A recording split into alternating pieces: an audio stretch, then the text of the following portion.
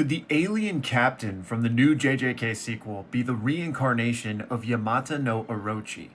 Let's talk about it. Alright, shout out to Himothy for asking me about this. And first of all, who is Yamata no Orochi, right? Well, for anyone who doesn't remember, this was a name that Sukuna brought up when he was fighting Mahoraga for the first time in Shibuya. Something about Mahoraga reminded him of Yamata no Orochi. So who is that? Is it a powerful sorcerer from the Heian era? Is it a cursed spirit? Is it another Shikigami?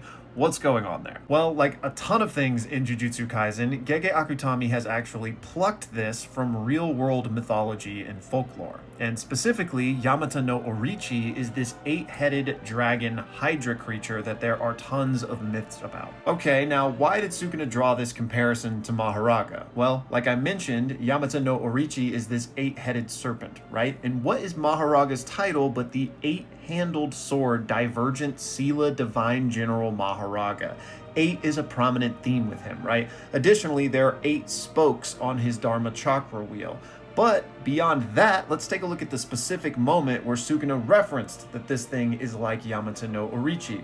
And it's right after Mahoraga attacks Sukuna with the Sword of Extermination, the sword that's literally attached to his body. Well, as fate would have it, Yamata no Orochi also has a legendary sword that is a part of its body, and this blade is actually discovered by the hero Susanoo after he slays the beast. So in my opinion, Sukuna says this because of the connection with 8, the sword, and the general power of Mahoraga, that it reminds him of Yamata no Orochi. So I think Sukuna in this moment is referencing the mythological creature and not a literal entity within the world of Jujutsu Kaisen. Like, I doubt it's an actual sorcerer that he encountered in the Heian era. He's probably just talking about the myth. But it is worth mentioning that Gege Akutami often takes the real-world mythology and literally injects it into his series, the 3 great vengeful spirits of Japan being a prime example.